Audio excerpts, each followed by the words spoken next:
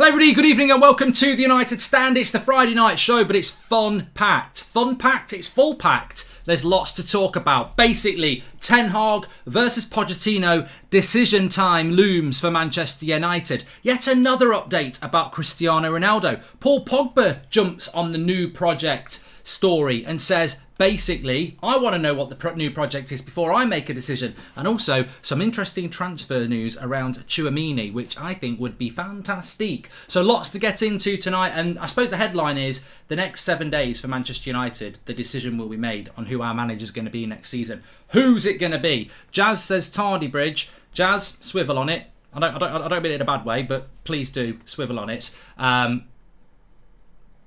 Not much more to say than that. Sometimes I'll be late. Sometimes there's a reason. Sometimes I've just got stomach issues. You get complications at my age. Anyway, on that bombshell, let's move on. But before we do that, let me just say, Spitch below. Loads of people have started playing Spitch. Get involved because you can beat me this weekend. There are no Manchester United games this weekend, but you can still play Spitch. Absolutely fantastic. We've got our own little community as well. The second link in the video description is our community, which I'll talk about in a minute. But Spitch is a fancy football manager app that lets you build your own team to win points and take on other managers on the game. This week, Spitch are giving away €12,000 worth of prizes and cash. Some of those prizes include Premier League tickets, AirPod Pros, Apple Watches, and an assortment of cash prizes. But to stand a chance of winning, all you have to do is download the Spitch app through the link in the description, which is the top link in the description. It's free competition to enter in the Spitch Biggest Winning Zone. Spitch is available on iOS and Android and is free to download in the UK. Spitch is based around weekly competition, so you don't have to worry that the season's already started. Literally, the points you collect for your players is just around this weekend, so you need to pick players from the Premier League who are playing this weekend or the Bundesliga. My knowledge of the Premier League is of course super high, so it's my job to know about football. However, it's not your job to watch hours and hours of football. Then Spitch has you covered with its detailed in-app analytics to help you pick your players. If you want to download Spitch and get yourself in with a shot of winning some awesome prizes, hit the link in the description and get playing today.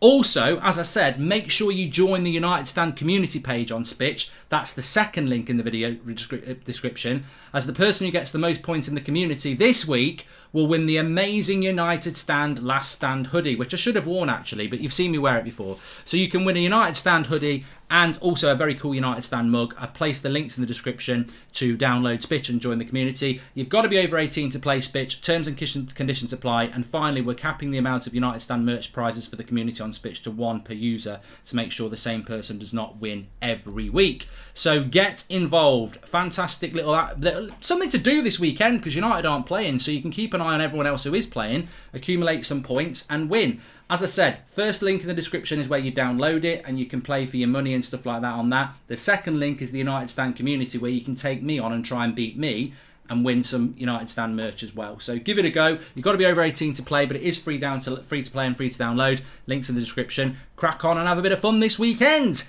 Thanks everyone to Spitch for that. Okay, let's fly straight into the show. I want to get into the Q&A because it is a Friday night, and Friday night's always a bit of a chance. In fact, this is one of the mugs you can win. Not me. You can't win me, but you can win one of these. Lovely stuff. That's the away mug. That's when I'm stopping away. I take that one. The home one's red. Anyhow, let's get into the show. Lots to talk about tonight, and I want to get into your questions as well because it is Friday, as I said. So we're going to start to go off with Pochettino against versus Ten Hag. Decision time. It's time to choose. Club will ultimately choose Ten Hag. They need to inspire their fans with this appointment. Briefs of Ten Hag and Ronaldo. Something's brewing, says Dan. Well, Ronaldo will come into this in a minute, but let's just talk about where we are with Ten Hag and Pochettino.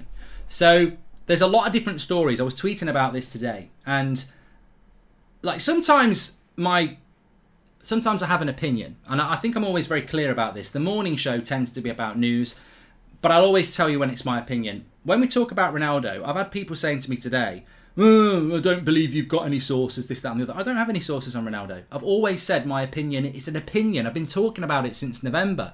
I think Ronaldo will not play Thursday night football. I've not been told this. We've had Romano on the show.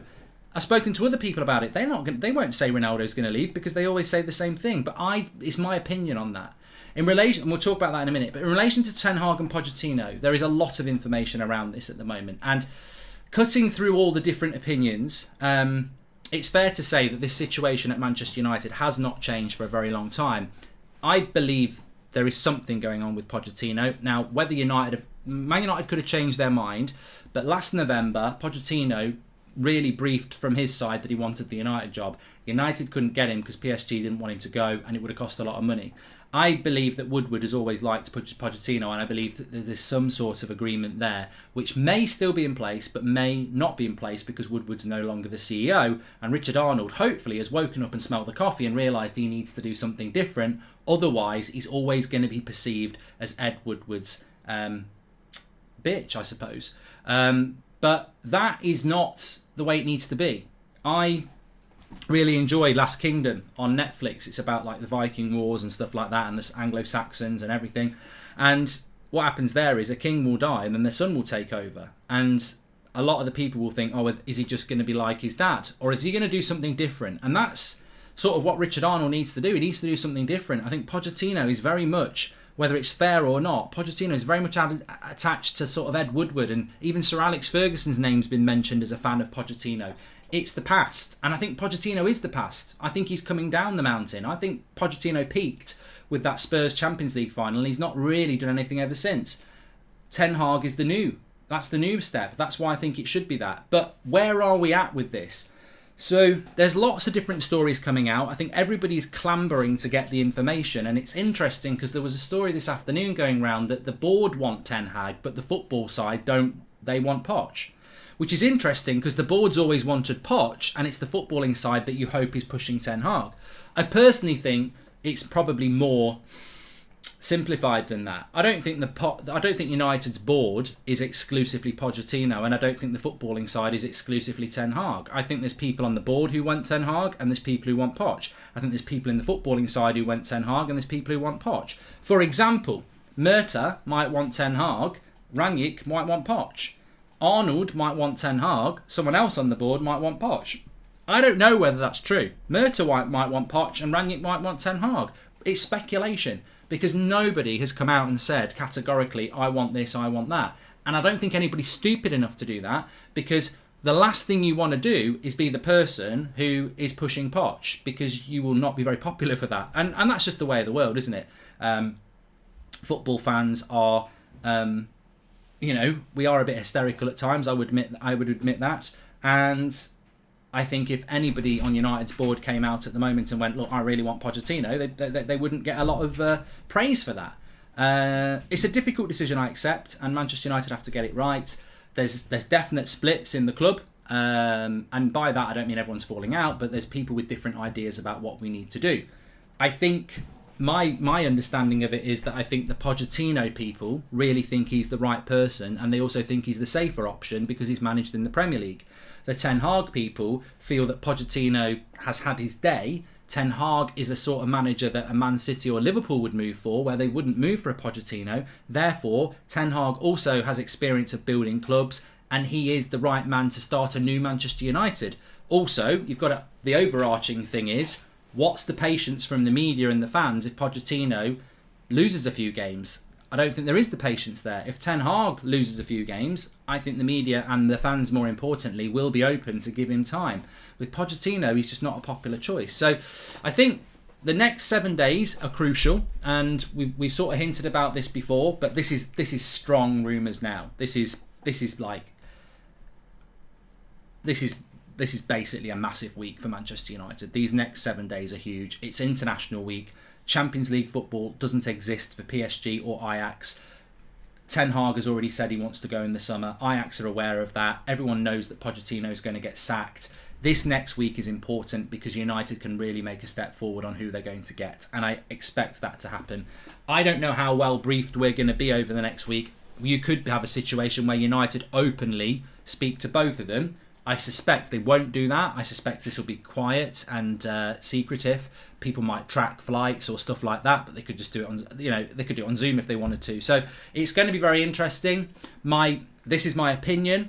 My opinion is still that we're not going to get what we want. Look, I will admit this is jinx time. This is reverse psychology. I am preparing myself because Manchester United have disappointed us so many times over the last 9 years. I'm preparing myself that they're going to go for Pochettino, and the cynic in me feels that they will pretend that it was a close race, but having spoken to both, Pochettino impressed the most. I think that's the way they will spin this.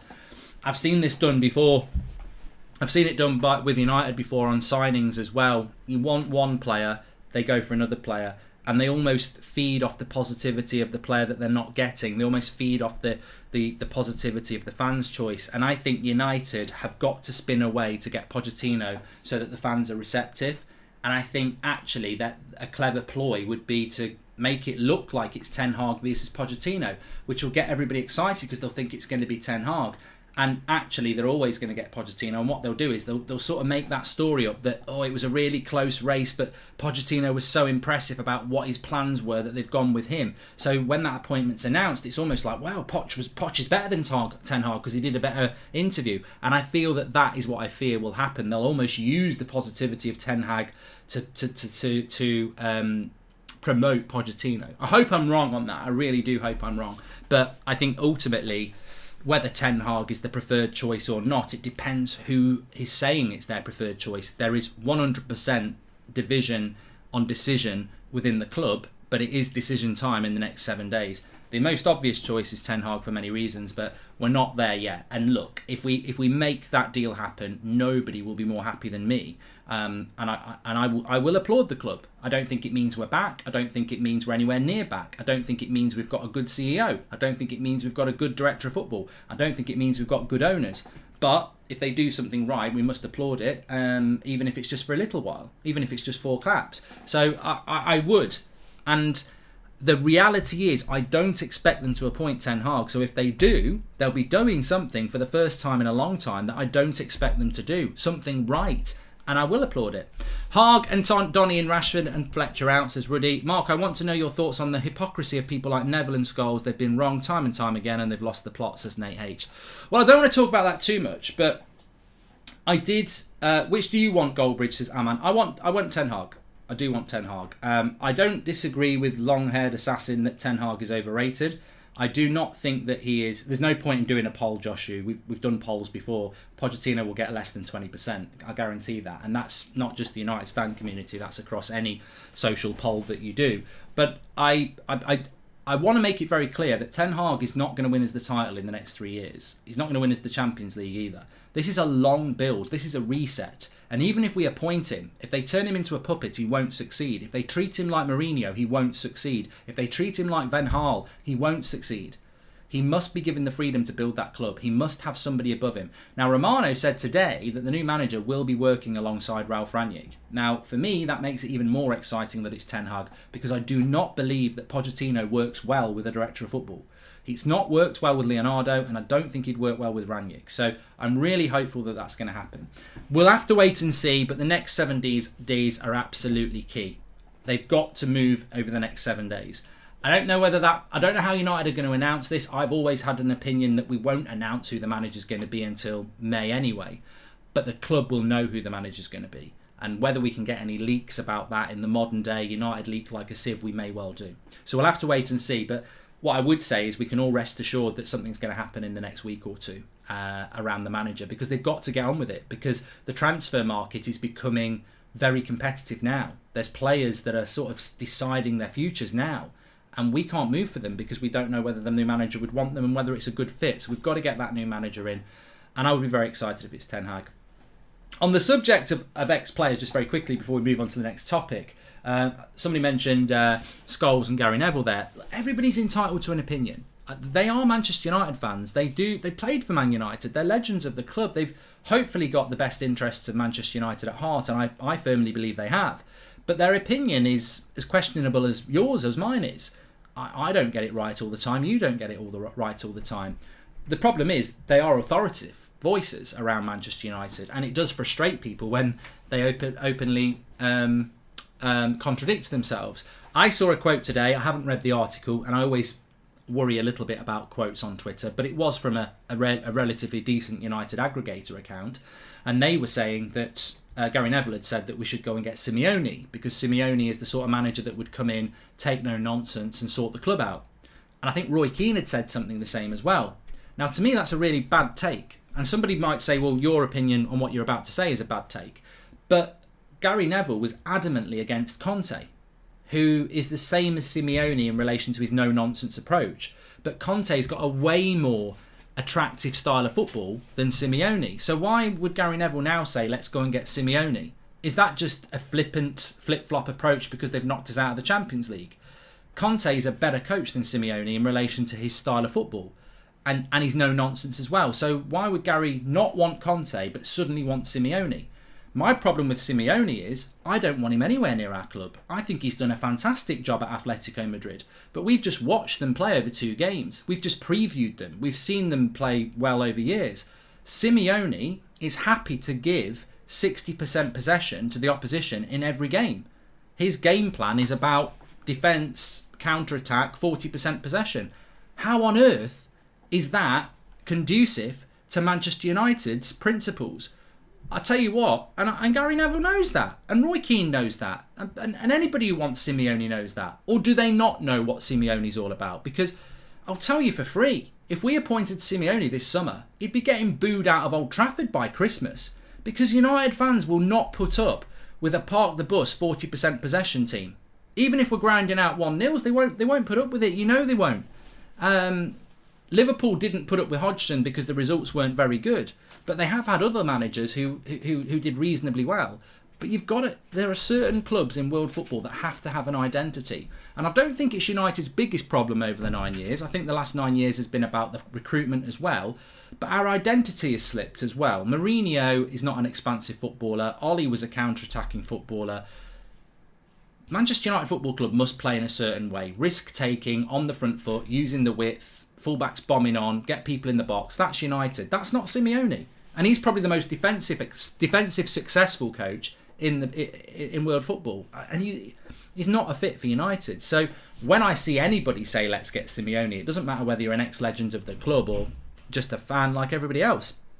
It's not a fit, but it surprises me that Simeone is now the right man to some ex-players who were adamant we don't get Conte, and yet they're saying the same things as to why we wanted Conte, because he would come in and tear things up. Where do you see us next season? 7th, if Poch 10th. I can't do that, Rudy. I can't predict where we're going to be next season, because I look at Jurgen Klopp's first season at Anfield, and I think they finished sort of 8th. And look at Arteta. He's had 2 seasons finishing 8th. They're now going to get an amazing 4th. Next season under Ten Hag could be a real adjustment. I think whoever the next manager is next season, it's going to be an adjustment season. I'm not necessarily sure that a new manager will change what I said in January, that I predict the next 18 months it's going to get worse, and next season it could get worse. We will still have certain players at United next year, and unless they have a complete, personality transplant in their footballing ability, that I think that there's still going to be problems next year. So it's a slow burner, but I expect to see improvement next year. Thank you for speaking to the truth, to the power, Mark. The amount of gaslighting from the club and bullshit from pundits is nauseating, says Araki. Thank you very much. I'm all in for Ten Hag, but playing devil's advocate, how many managers have left the Eredivisie and went on to achieve success at Europe's top clubs, says Ren. And I think it's because Gary says content only lasts 2 to 3 years. Someone should last, Simeone last 5 years. He gets on with the budget at hand. His style of football doesn't suit, though, Angel and Soul. Hi, Mark. What Roy said was if you want someone, Simeone, go pay and get him. I think what he's meant was if you want a manager so bad you get him. What Gary said was he should be on the list. Okay, there you go. There's the clarity from Karan. My point is that Simeone is just not the right man for Manchester United because of his style of football. In relation to the Dutch League, any managers that have gone from the Dutch League and done really well? Well, Van Gaal comes to mind, and I actually think Van Gaal in his younger days would have done well at Manchester United. Koeman, I think did Koeman must have. There's probably quite a lot of managers who've managed in the Dutch League who've gone and done very, very well. And of course, the counter to that is, well, Pep never managed in the Premier League. Klopp never managed in the Premier League. There's always a first. I mean, look, there is a risk with anybody that we take. There is no guarantees anymore. But it can't be any worse than Ole Gunnar Solskjaer, who got Cardiff relegated, was managing in Norway and got the biggest job in football for 3 years. So if we can give Ole 3 years, I think we can give Ten Hag a go, without doubt. Yeah, so we'll see about that. I want to talk about Ronaldo. I want to get into the Q&A. Let's not talk about Frank de Boer.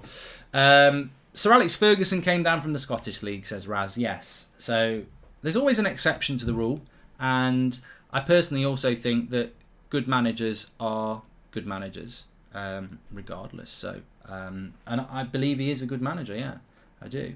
But I want to talk about Ronaldo. So, in relation to Ronaldo, another story coming out tonight that Ronaldo, this is coming from the Telegraph, and I think it is from James Ducker, who we know gets good information from the club. Basically saying that Ronaldo wants to know what the new project is, wants to know who the new manager is, and is, wanting to commit next season to Manchester United. I must just sort something out here because I'm pretty sure the door just went, and if the cat is in here, I don't trust him for a bloody minute. Yeah, he is. Great. Come on. Out you go.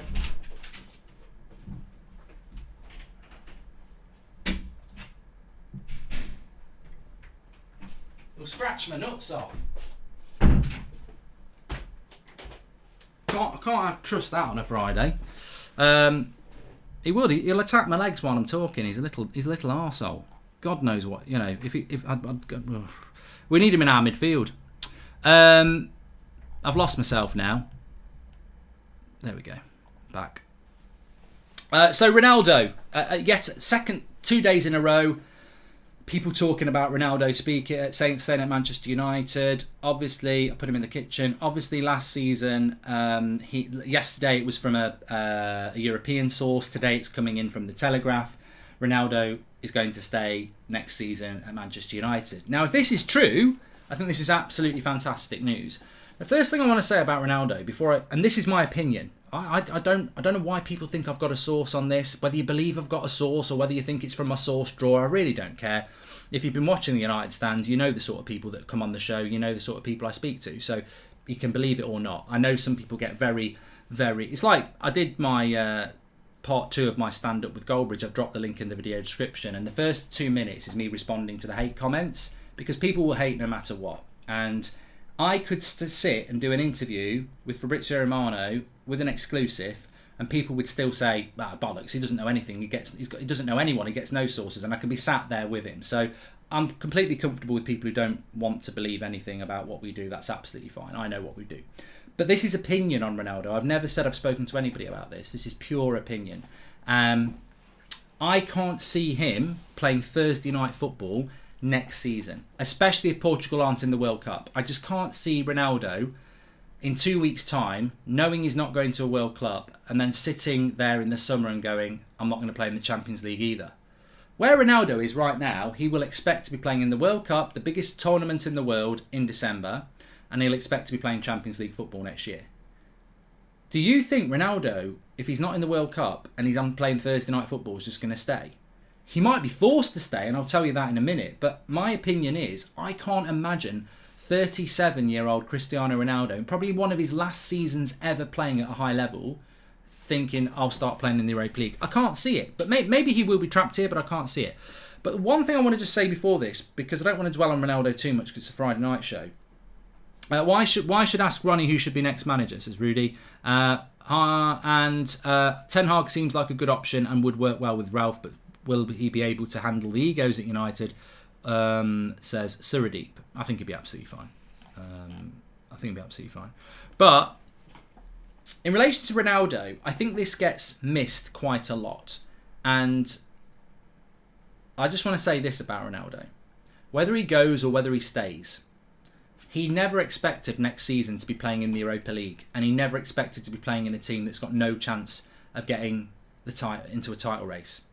When Ronaldo agreed to come back to Manchester United in the summer, his expectation was that the club would meet his desires of competing for top trophies, and that he would effectively retire from top-level football at Manchester United. That was the expectation of Cristiano Ronaldo when he came to the club. And the club, board, coaches, players let him down. And that's the fact. You can moan about Ronaldo, you can say he should have scored that chance, but you can never say he's not one of the greatest players that's ever played the game. And you can never say that he doesn't have an elite winning mentality. He came to this club in the summer with an expectation which was echoed by Solskjaer himself, that the expectation this season is to be challenging for the title in April. And that was the dream that was sold to Ronaldo. We will provide you the platform to compete for the world's biggest domestic trophies, whether it's the Champions League or it's the Premier League.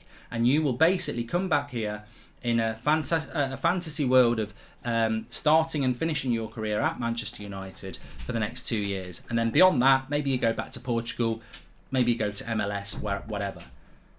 We have let Ronaldo down. His elite mentality to win has not faded. Look at his petulance, frustration, whatever you want to call it, when we lose games. That is a winner. Look at the disruption in the dressing room as other big egos have had to fall into line, as he is the biggest ego in that dressing room. He is the biggest personality. But above all things, we have let him down. And Ronaldo, for me, represents the fans.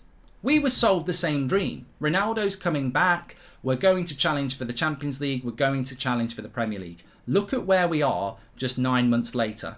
We are struggling to get 4th place. We are embarrassingly out of the Champions League. And next season looks like being a worse season than this one. And that's the 2 years we've basically offered up Ronaldo. No title race. No real Champions League football. No prospects. We failed Cristiano Ronaldo. Whatever you think about him, whatever you think about the decline, he is one man who was promised a dream and has been delivered. Well, maybe it's not a nightmare, but certainly not what was promised. And I think that's always very important when you think about Cristiano Ronaldo, because we have completely failed what we had set out to achieve with that Cristiano Ronaldo signing. If Ronaldo leaves and a new young striker comes in, it will not work. Whom is he going to look up to? Our club is infested with toxic little babies, says Mario Franco. Ten Hag suits us. 3 for 3 diamond in possession. Shaw is third centre-back. Delo in diamond as inverted full-back. Bang, says Daniel Kirk. And Jamel, thank you very much for joining the members club. Ajax were flying at the start of the season and in the Champions League, but they started to wobble. Think it could be due to the rumours circulating around Ten Hag, says Ren. I think that's as good a reason as any.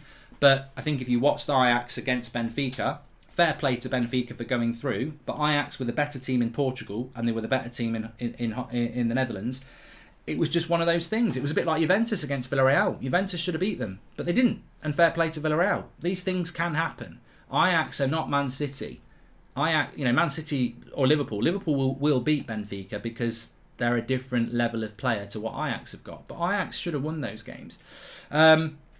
On Ronaldo then, look, it's pure opinion, and I've always said it's pure opinion that for me, I can't see him playing Thursday night football. It seems to me that he probably will. I can't see it, but it seems like it will. What I would say is, I wouldn't believe any story about Ronaldo staying in March. This is something that is known. Ronaldo doesn't make his decision up until the summer. He doesn't decide to leave in March. He doesn't decide to stay in March.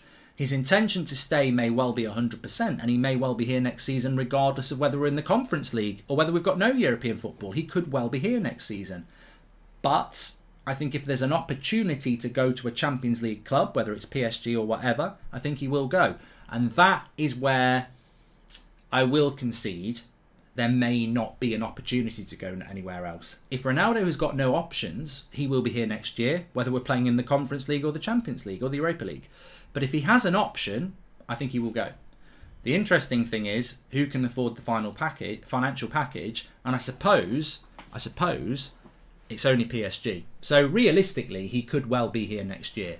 But my opinion is, I don't think he would want to be here playing Thursday night football. I know we are talking about the future, but I am new to the channel, and as a Bulgarian, I really want to know your opinion about Berbatov, says Galan. Well, I don't want to upset you about Berbatov, but thank you very much for the super chat. My best mate, my best man at my wedding, called Berbatov the prince. He loved the way that he played football. For me, it never really worked out the way it should have done. I think Berbatov provided us with some great moments, but I never felt he was a United great. So there you go. Let me just get rid of somebody here in the chats. Remember, it's free to watch, but you don't have to watch. If you've got better things to do, jog on. There we go, he's gone. Good. Okay, so we've spoken about Ronaldo. I just want to talk about Pogba very quickly because this came from Romano, and I really do want to get into the Q&A section. Poch and new board or Ten Hag with the same board? Murray's, that's ridiculous.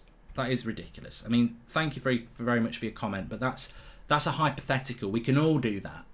You know, live in a mansion with an ugly partner who's got no personality, or live in a tent with a beautiful partner with a beautiful personality. It's nonsense. I can't provide either to you. So if we get Pochettino, we're not getting a new board. So I'll go Ten Hag with the current board. I think Ronaldo wants to play out wide like he did against Madrid on Tuesday. That also explains why he wants a strike partner. It's so he doesn't need to worry about there being no striker when he drifts wide, says Ainsley, Harriet official. I don't think Ronaldo wants to play out wide, because if you play out wide, you've got to track back, and I don't think he wants to do that. But Romano has spoken about Paul Pogba and basically said that Paul Pogba will not be signing any new contracts. He's free in the summer. Breaking news. Slow Sports News, Romano. Slow Sports News, Fabrizio Romano. But no, there is more. Basically saying that Pogba wants to see what the new project is at Manchester United before making a decision about leaving. I suppose there's an element of common sense to that. I suppose that Paul Pogba may well want to know what the new project is at Manchester United, but does it make sense to you? It doesn't make any sense to me. I think, again, it's a very different situation to Ronaldo, because Pogba is free. He can go anywhere. He can go and play for Scunthorpe if he wants to. No one can stop him in the summer. So Pogba's in a different situation to Ronaldo. He's also 8 years younger, but I don't think Paul Pogba...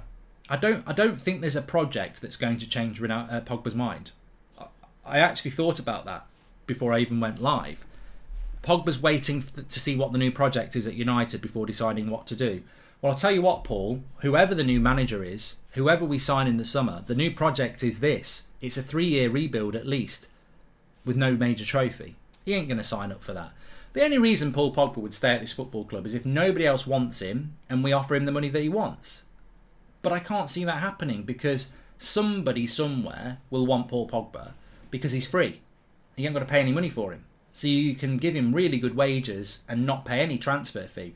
So somebody will go for Pogba. And I look at the clubs that can go for Pogba. So PSG, what's your project? If I'm Paul Pogba, right? Man United, PSG, Real Madrid. What's your project, Man United? Well, we've got this manager that we think is going to make us really good. Yeah, you've done that 3 times in the time I've been here. Yeah, well, this time it's going to work. We haven't got loads of money to spend, but we're going to do our best. We've got 4 or 5 holes, but we're only going to fill 2. But we really believe if we get lucky and everyone else is crap and gets, loads of injuries, we might finish 4th. So that's the project at United. All right, Real Madrid, what's yours? Well, we've done really well this year. We're probably going to win the league again. We're in the Champions League quarter-final, which is decent considering we're going through a transition ourselves. We're going to get Mbappe in the summer. We're also looking at a couple of other big signings as well. And our intention next year is obviously to win La Liga, but also to win the Champions League. Sounds interesting. PSG, what's your project? Well, we'll win the league even if we put out the reserves. So, quite an easy job. And the intention, we're obsessed with winning the Champions League. Sounds interesting. So, Pogba's choices are win a league title in your first year, basically, and also challenge for the Champions League. And he's got 2 people offering them that. United are offering him no Champions League football and a struggle to get 4th place. Doesn't matter who the new project is with United, they can't compete with that. If we don't get top 4, Ronnie should go to PSG, says Jazz. And would you prefer Pep's style of football or Klopp's? Alan, if you watch That's Football, I've been asked this question quite a lot. Totally respect Pep Guardiola as a genius coach, but on the eye, I prefer Klopp's style of football. It's a bit like what Rangnick said. I find Liverpool's football rock and roll, which I like, and I find Pep's football a little bit more opera. It's fantastic. It's intricate. It's got so many layers to it, but it's just not my cup of tea. Some people love opera and don't like rock and roll. I prefer Klopp's. I mean, Klopp's football is very, very easy to see what he's doing. Pep's is sometimes, I think, overcomplicated, but he's brilliant at it. I've got no problem if people think Pep's football is better than Klopp's. That's absolutely fine, but I just prefer Klopp's. I think, for me, the simplest way of explaining it is I loved Sir Alex Ferguson's style of football. When we were on it, I loved it. Fullbacks overlapping, people getting in the box, crossers, really good, fast movement of the ball, defenders who play a high line, centre-backs who are happy to defend on their own at the back and send the fullbacks in the midfield forward if we need to do it. Who's closest to that? Liverpool. Klopp. So that's probably why. Just finished your second stand-up episode and I couldn't stop laughing. Love what you do, says Red Harlow. Oh, mate, I really appreciate that. It's always nice to get some support and positivity around that channel. I don't really care on here. It's football chat, isn't it? We're all going to disagree, but I really appreciate that. Links in the description if you want to check that video out after this. First 5 minutes I think are quite good because it's responding to hateful comments. But yeah, Mark Goldbridge channel on YouTube. New episode went up today. I'd really appreciate it if you can check it out afterward. Jazz says, sources say Marcus feels the manager and former players seeking to silence brief by his brother and PR team is similar to the persecution of... Okay, for one example, PR provided him the blueprint to NBA. Rashi ain't leaving them. Jazz, I don't know what you're talking about, but please don't start on about religious things and players. And I think if you're going to take a pop at a player, either do it in a jokey way or a respectful way, but don't start like stuff like that. I don't think it's helpful at all. And one thing is, we're not playing a football game for 2 weeks. I don't mind if people say sell Harry Maguire, he's shit, or sell Rashford, he's never going to get his form back, or sell Bruno because ultimately he's on the decline, or get rid of De Gea because his distributions. I don't mind any of that, but I think over this 2 weeks there's so many bigger things to worry about. Look, if you don't think a player's good, do you need to spend your life abusing them and stuff like that? No. You can say they're shit. You can say they're not United players. That's absolutely fine. I'm glad that we're not playing for a couple of weeks because I just feel that some relationships with players, even on a personal level for me, deteriorated so much that I was actually frustrated seeing them in a United shirt. I think there needs to be a break from players and fans for a bit. And what better way to have a break than to actually start looking at what the future is and focusing on the manager for me. This is something that we need to sort out in the next 2 weeks. Because I think if we know who the new manager's going to be, we can start to predict where we're going to go. As we were talking about a couple of weeks ago, for me, Pochettino is very much Declan Rice, Harry Kane. He's going to like Rashford. He's going to like McTominay. He's going to like Fred. He's going to like Harry Maguire. And that's the way we're going to go. Very similar to what we've done probably for the last 5 years, really. A British focus with big shirt-selling signings. I think that's what Poch wants to do. And I think that's very familiar to the board. I think Ten Hag is probably more looking at the Nkunkus, the Antonys, these £40 million players to £50 million players in Europe. Obviously a complete change in ethos and how we play. A real focus on these younger talent players that we've got. I think our youth system would start to echo the Ten Hag way of playing as well. I think that would start in the youth teams all the way through. And a whole identity change. And not really an obsession with go and get me Harry Kane or anything like that. Just a complete change of how we develop. And I think it'd be very interesting. And if as soon as we know the manager, we can start. I just think in simple terms, the path we go with Ten Hag is going to be a completely different direction to the path we go with Pochettino. But as soon as we know, as soon as the club make the decision, I mean, I won't be happy if it's Pochettino, but I'll know where the club's heading. And if it's Ten Hag, we'll know where the club's heading. Because at the moment, it's very hard to predict who we're going to sign, what we're going to do in the summer, who's going to be sold. Because, look, De Gea's not in the Spanish squad. That's because Enrique doesn't appreciate De Gea's distribution, isn't it? Let's be blunt. Maybe Ten Hag won't appreciate his distribution. Maybe Pochettino won't. And maybe that will be a player that gets moved out as a high-profile player. To be honest with you, if that happens, that happens. I'm not really bothered. I don't want it to happen. I personally think that, to me, that comes down to coaching. I still think that that's an area of his game that De Gea is capable of and can improve upon. But if a manager comes in and says no, or they come in and go, you know what, I'm not a fan of Bruno, sell him, then I'd be very shocked and surprised and upset about it. But I would back the manager on it because that's what we're meant to be doing. Sometimes, if there's an open wound on your leg, the obvious thing is to stitch it up and fix it. But there might be infection that's impacting on your liver, in which case you need some medicine for that. Maybe the open wound at United, all right, Ten Hag or Pochettino will come in and go, well, I'll fix the wound, but also there's issues that people can't see, and I'm going to fix that as well. And what I mean by that is, yeah, Ten Hag might come in and go, you know what, Maguire's not the right centre-back for me, and I'm not convinced about this McTominay-Fred thing, which everybody is talking about. That's the open wound, I suppose. But he might also come in and say, have you realised that the infection that's causing to the liver, we need to take out Bruno. We need to take out Ronaldo. We need to take out David De Gea. Fan favourites that everyone thinks are going to stay. That's, in a way, that really excites me, because you go all in, don't you? I mean, if we get Ten Hag, I'm all in. I'm all in on what he wants to do. There's a risk it might not work, but we cannot be, oh yeah, he's going to get... He might not get rid... He might turn Harry Maguire into a brilliant high-line back to centre-back. I'm all in for it. Eyes open. And I think that's the way you've got to be.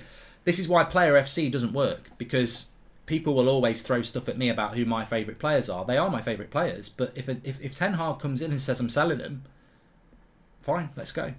You won't get any complaints from me, because ultimately, is that not the definition of being ruthless?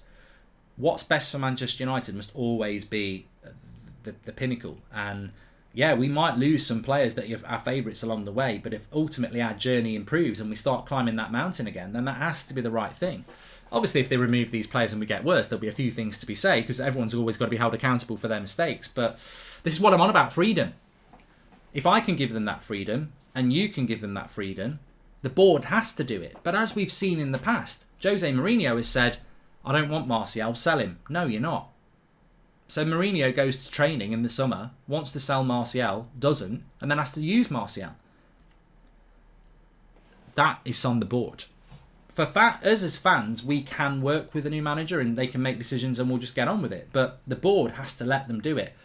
Do you think, using someone like David De Gea as an example, if Ten Hag or Pochettino came in and said, I've got a goalkeeper in mind who will revolutionise how he suits how I want to play better, sell David De Gea, do you think the club would sell David De Gea? I think they'd say no, you get on with what you've got. And I think these are the sort of conversations which are going to be key. Because I think Pochettino will basically say, that's fine, I'll work with what I've got. Maybe Ten Hag won't. We'll see. I think Spin must be starting... sorry, let me read that one. I think saying a coach isn't right because of their style of play is narrow-minded. You've said yourself, screw DNA. We don't have the right to be that picky. We should just want to win regardless, says 92 Major. Well, I presume you're talking about Simeone there, but I completely disagree with you, mate. There are certain managers that should not be managing Manchester United, and I think you're talking about Simeone, but would you want Tony Pulis just because he can grind out 1-0 wins, or Sam Allardyce? Simeone's style of football is literally let the opposition have the ball. So many times they are less than like 45% possession. That's not acceptable for a Man United team or a Liverpool team. So why would we do that? I think the manager's identity is very important, and I do think we have a right to talk about it. Otherwise, we're just sheep going that all that matters is what the club do. I think Spin must start feeling dizzy with what we throw out. We can't marginalise a manager. God help what signings there might be, and we will also being fed a new stadium, says Mojo. Jazz, Mark, you think Rashford will ever improve? He has lost it following hierarchy. He needs at the peak of self. Okay. Can't do two things at once, says Jazz. Okay. My acid test of next manager will be away to City and Liverpool. If we play counter-attacking football and no plan to keep the ball, then that's him done for me, says Alan Kenny. Well, you've highlighted a big issue of Pochettino. I don't know whether you've done that on purpose, Alan, but you've highlighted a huge issue of Pochettino. Pochettino's record away from home against the top four with Spurs was wretched. Absolutely terrible. So I can tell you what would happen with Pochettino away to Liverpool and away to Man City. It literally will be trying to pass through from deep and playing quite deep yourself and just getting bombarded time and time again, because he just doesn't know how to do it. In Premier League with Spurs he didn't. So again, I'd favour Ten Hag more, because he can only do it differently, can't he? But also you've got to play to your strengths. And what I would say, in fairness, is that look at Arteta. Arteta came from Man City. He was Pep's right-hand man for 3 or 4 years. How does Pep Guardiola play football? High line, tiki-taka, possession, however you want to call it. Attacking football. And Arteta was coaching the team with Pep. He goes to Arsenal. What did he play at Arsenal in his first few months? Back five, counter-attacking football. They won an FA Cup. They ground out some really decent results against Man City and Arsenal. Why Arteta wants to play a good expansive football like he's playing now with Arsenal with a back four, but why did he play a back five? Because he played to his strengths. he had to get results in the early days to keep his job, so he kept it tight and he did counter-attack, and then gradually he moved to the system he wanted to play by removing the players that he didn't want to be there. So whoever the manager is next season, if they've got players that they're going to have to phase out, they may have to play in a different way anyway. This is the whole point about patience, and that's why it's really important to get the right man into the job. Sven Botman and Matty Cash are the defenders United should secure, says Leaf. I mean, Matty Cash is a good right back. He ain't going to leave Aston Villa. But, God, I have... Well, here's something for you. Let's see what happens. And I suppose it's a funny thing to say because we don't even know who the manager is, so it could change. But I've been told categorically that Manchester United are not in the market for a right back this summer. So let's wait and see. We know that scouts are compiling lists. We know that United have got shortlisted players. We know that they've spoken to some players, and we know that those players have been told, if they're interested, just bear with us until we get the manager in so they can confirm if they're going for you or not. But a right back is not being considered by Manchester United. Categorically been told that. So therefore, I don't think we're even going to get a right back. If we did go for a right back, and I suppose it's logical we're not going to go for a right back because Delot has had a reasonable season, and who's going to buy Wan-Bissaka? We've got 2 right backs. One of them would have to be sold in the summer for that to happen, and I just don't think a right back leaving in the summer is going to happen. But if we were going for a right back, Matty Cash is decent. I never wanted Trippier. The obvious choices for me at right back, and there's quite a few. I like Livramento at Southampton. That Spence at Forest is going to be a superstar. You've got Lamptey as well at Brighton. There's loads of others, but those 3 for me would be where I'm looking at if I was Manchester United. I think this Spence lad at Forest is going to end up being a little bit like Alphonso Davies, a modern monster of a fullback. I think Lamptey has already got the ability and is only going to get better. And I think that Livramento, low-key at Southampton, has had a fantastic season. So there are 3 very good signings there. Now, Wolves are beating Leeds 2-0. Do we think they can get top 6? Not even thinking about it. There's some bad results this weekend that could go really bad for us. I'm doing a watch along tomorrow lunchtime for Villa versus Arsenal, talking about Matty Cash, and we need Villa to get a result for us because any slim chance of top 4 is going to disappear if Arsenal win tomorrow. We need to keep them within a couple of points of us. And obviously Spurs are playing West Ham. If they win that, they're above us. So things could start to look very bad for us. Very, very bad. But I don't think we'll look at a right back in the summer. And I will be fair to United's board here. They've wasted a lot of money and they are incompetent until proven otherwise.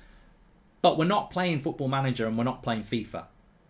Like, some people think we need to sell Rashford, Maguire, get rid of, all these other players that we know that are going to go. Maybe Ronaldo will go, maybe he won't go. And then they want to buy a centre-back, a striker, a winger, 2 midfielders, and a right back. It's like, we're not going to sell 15 players and buy 7. It's not going to happen. There has to be an element of patience. I think things should be called out if they don't do enough that's reasonable. But we're not going to sign 7 players and sell 10. It's not going to happen. We're going to have to buy 4 players and remove probably 8. And then we're going to have to do it again in a year.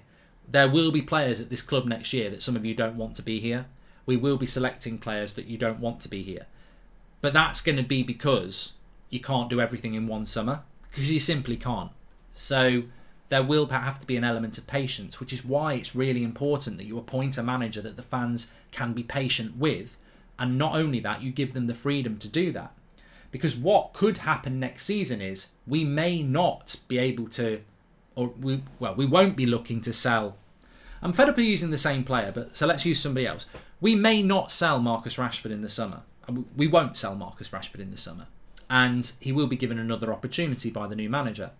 The new manager may give him an opportunity in August and September, and he may continue like he's been here, and he may end up getting dropped. And then next summer Rashford would be going. So that could happen. And that you could put that next to a few players.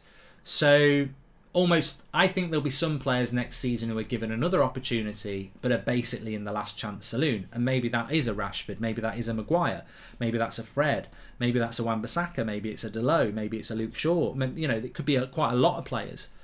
I don't mind that because we're not getting rid of them this summer. There's too much to be done. But the last chance saloon for them, I don't mind. Give them an opportunity.